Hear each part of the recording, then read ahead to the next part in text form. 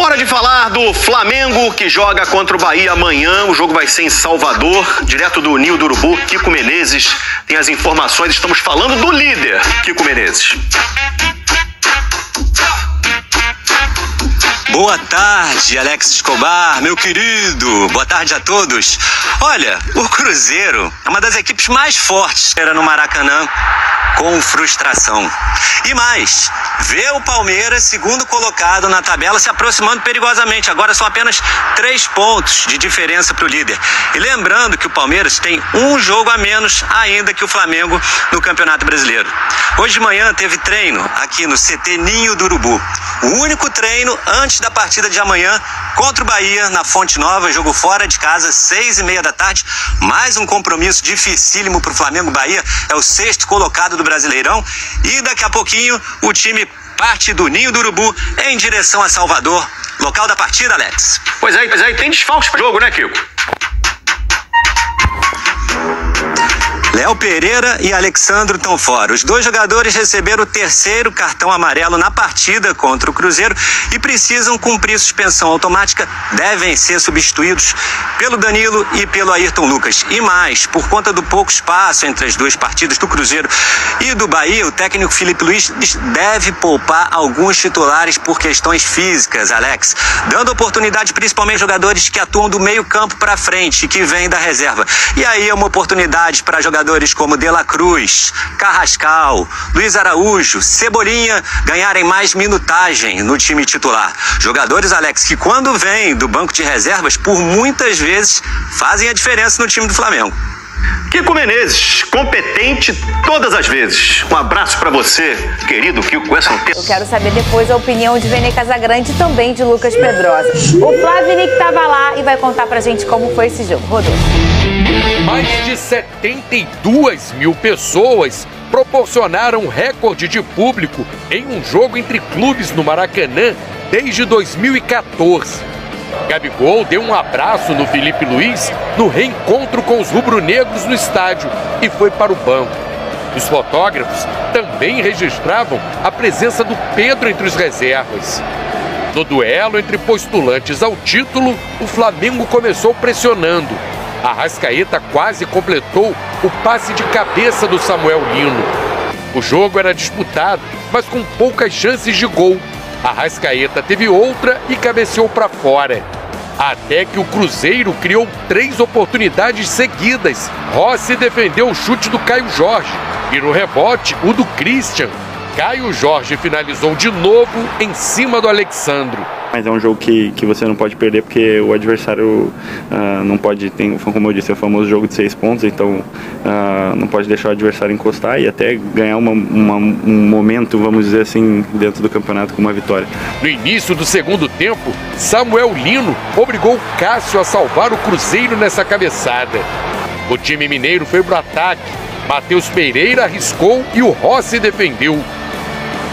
O goleiro foi exigido de novo depois da boa tabela entre Matheus Pereira e Caio Jorge, que chutou cruzado.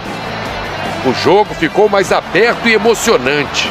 Depois do passe do Plata, Carrascal por pouco não marcou. Plata também teve uma ótima chance, mas o Cássio apareceu bem outra vez. Acho que foi um prêmio viver um jogo desse nível hoje do banco de reservas ali. Foi um jogo altamente tático, muito estudado pelas 2 partes. Foi um jogo muito intenso, mas uma intensidade europeia e difícil quando é primeiro contra segundo até. Então é claro, sempre é altíssimo nível e a balança sempre pode pender para qualquer um dos lados. Saul tentou de longe e a bola passou perto da trave. Aos 37, o William fez falta dura em Bruno Henrique, levou o segundo amarelo e foi expulso. Logo depois, Gabigol entrou e recebeu vaias dos rubro-negros. E o Flamengo não aproveitou a vantagem de um jogador a mais na reta final. Acho que fizemos de tudo, mas o jogo é detalhe, não conseguimos fazer o gol. Eles também criaram algumas oportunidades, acho que menos que a gente, e também não fizeram. E é um jogo de detalhes. Hoje ninguém teve a felicidade de marcar e sair vencedor. Estamos haciendo un gran trabajo, por eso te digo que es una pena que el resultado no sea más favorable, porque el trabajo se está haciendo bien, tenemos muchas oportunidades. El equipo rival hoy ha tenido una oportunidad de hacer gol, pero todas las demás veces estamos atacando bien y defendiendo bien. Es decir, cuando estamos atacando, los defensas están bien para recuperar la bola y estar atacando mucho más tiempo. Entonces hay muchas cosas que no se ven, que se hacen muy bien, y es una pena no conseguir los 3 puntos, pero creo que el equipo ha hecho un gran partido hoy y, como te digo, es una pena. O empate mantém o Flamengo na liderança do Campeonato Brasileiro com 4 pontos a mais que o Cruzeiro, terceiro colocado. O resultado acaba sendo bom para o Palmeiras, vice-líder, que fica a 3 pontos do time rubro-negro com 1 jogo a menos. Hoje era uma grande oportunidade para a gente deixar o Cruzeiro para trás. Não conseguimos, mesmo assim temos uma vantagem de pontos considerável para eles, com esse jogo a menos, né? E ainda temos, como você falou, confronto direto com o Palmeiras vai jogar com o Cruzeiro, tem jogos difíceis, nós temos jogos difíceis, é o campeonato mais competitivo do mundo, e vai ganhar quem for mais regular no final, e vai ser a melhor equipe no final das contas. Por isso, pés no chão, humildade, continuar trabalhando e tentar ser campeão.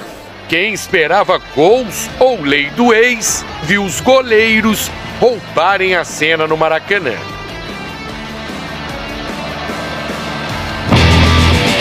Que é o que geralmente acontece quando a gente coloca 2 potências para se encontrarem. Os goleiros acabam mostrando porque figuram o gol, a titularidade de grandes clubes como o Cruzeiro e o Flamengo.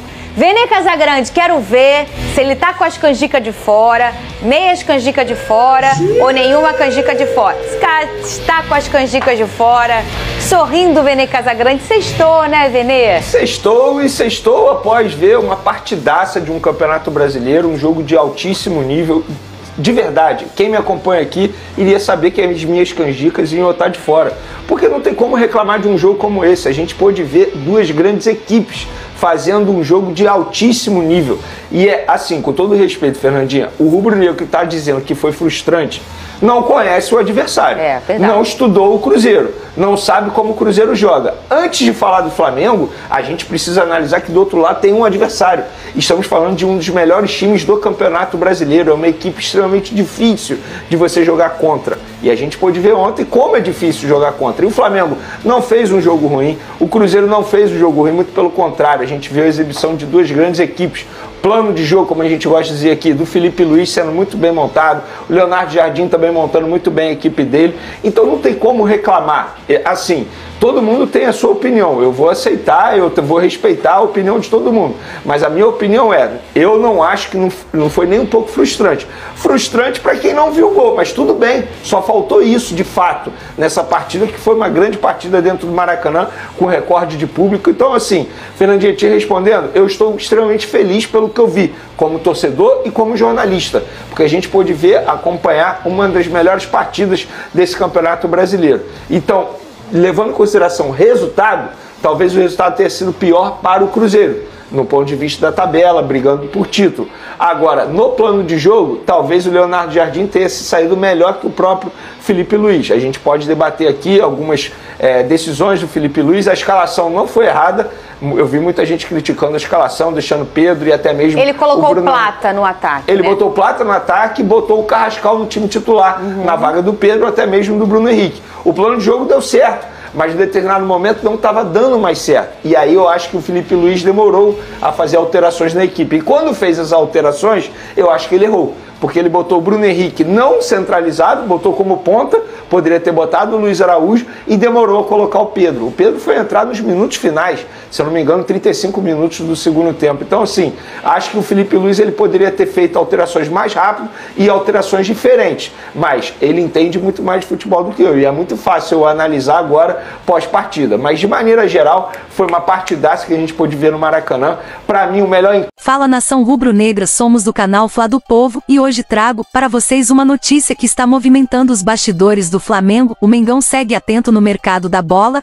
e um nome vem ganhando força dentro da diretoria, o meia Matheus Pereira. Segundo informações do jornalista Mauro Mendes, o clube carioca chegou a abrir conversas com o jogador ainda nesta última janela de transferências de 2025, mas as negociações não avançaram a tempo de concretizar o acordo por causa do encerramento do período de inscrições. Por isso as tratativas foram adiadas e devem ser retomadas na próxima janela em 2026. O Flamengo vê em Matheus Pereira um jogador com perfil ideal para reforçar o setor ofensivo, alguém que une técnica, qualidade no passe e capacidade de decisão. O meia vem se destacando no exterior e já demonstrou em entrevistas anteriores que acompanha o futebol brasileiro e tem carinho pelo Flamengo. O jogador sabe da grandeza do clube e da paixão da torcida rubro-negra, que é conhecida mundialmente. O interesse do Mengão em Matheus Pereira não é recente. Há alguns meses o nome dele vem sendo estudado internamente, e agora o departamento de futebol planeja agir com mais estratégia para garantir o reforço. A diretoria quer evitar a correria que marcou as últimas negociações